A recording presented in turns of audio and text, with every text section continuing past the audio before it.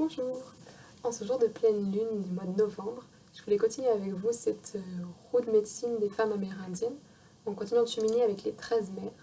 Et là, pour cette pleine lune donc, du mois de novembre, c'est la grande femme qui marche qui nous accompagne. Donc, comme d'habitude, pour partir un peu à sa rencontre, je vous propose de lire avec vous ce poème dans le livre de Jamie Sams qui lui est associé et qui nous dit « La grande femme qui marche. Tu t'avances dans la beauté, mère, permettant à tous de voir la gloire du grand mystère qui a fait libre ton esprit.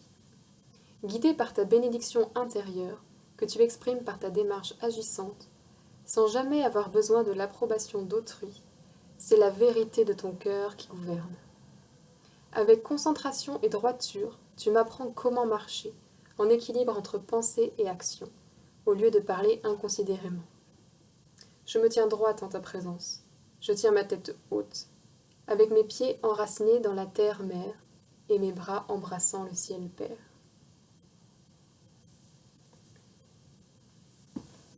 Alors, la grande femme qui marche de ce cycle lunaire du mois de novembre, elle nous apporte plein de qualités et d'enseignements. Notamment, je dirais sa première qualité, c'est que c'est la garante de l'impeccabilité intérieure. C'est celle qui veille aussi sur notre force intérieure. C'est elle qui s'occupe aussi de notre santé, qui peut nous apprendre à prendre soin de notre santé physique, à prendre soin de notre corps et de notre esprit. Et c'est aussi la mère de l'innovation et qui nous amène de nouvelles idées. Donc profondément, cette mère-là, elle nous enseigne à être au mieux de ce qu'on est, c'est-à-dire à donner le meilleur de nous-mêmes, tout en restant vulnérables et humains. Donc elle nous entraîne, elle nous aide à garder notre corps et notre esprit souples et en bonne santé, à chercher et trouver des nouveaux chemins, par cette médecine qu'elle porte de l'innovation en fait, et donc à développer notre force intérieure. C'est une médecine que j'adore et qui m'inspire beaucoup, parce qu'elle nous apprend vraiment comment agir selon nos paroles.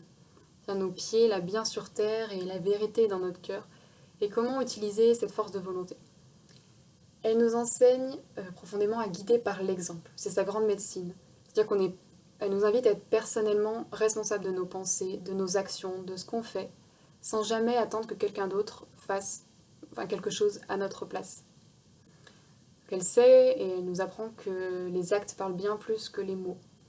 Et donc elle nous invite comme à être un exemple vivant en fait, de notre philosophie en incarnant pleinement notre vérité personnelle. Et du coup elle nous rappelle aussi que dans cet espace-là, c'est inutile d'avoir peur du regard que les autres posent sur nous. Ce qu'ils pensent de nous quand on est dans l'espace-là où on incarne pleinement notre vérité personnelle. Cette mère de clan, donc la grande femme qui marche, elle nous apprend aussi à devenir donc fiers de nos œuvres, par l'estime de soi, et elle nous rappelle que plus on affine nos aptitudes, plus on est heureuse avec nous-mêmes. En fait. Donc, je vous disais tout à l'heure, c'est la mère aussi qui apporte cette médecine de l'innovation.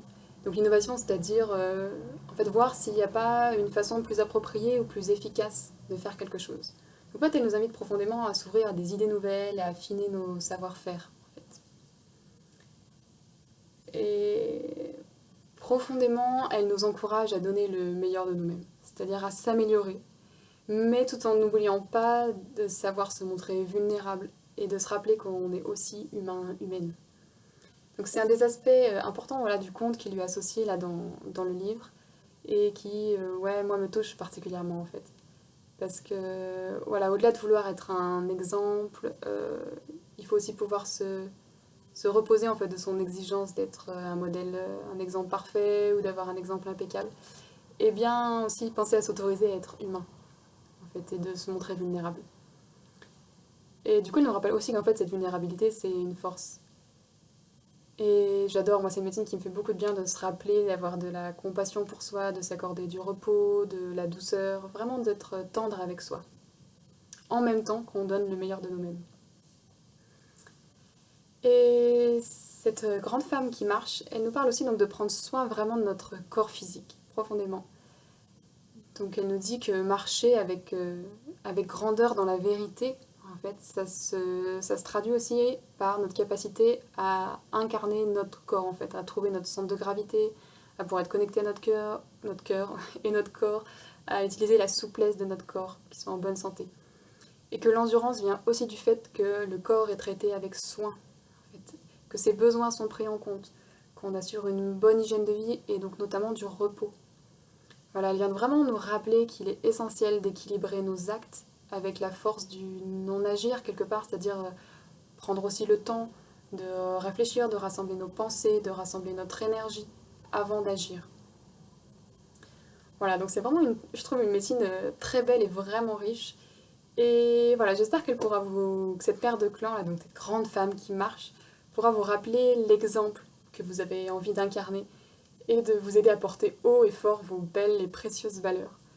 Sans oublier, voilà, votre part d'humanité aussi. Donc elle est vraiment porteuse de cette médecine d'équilibre, profondément entre action et repos, entre force et vulnérabilité.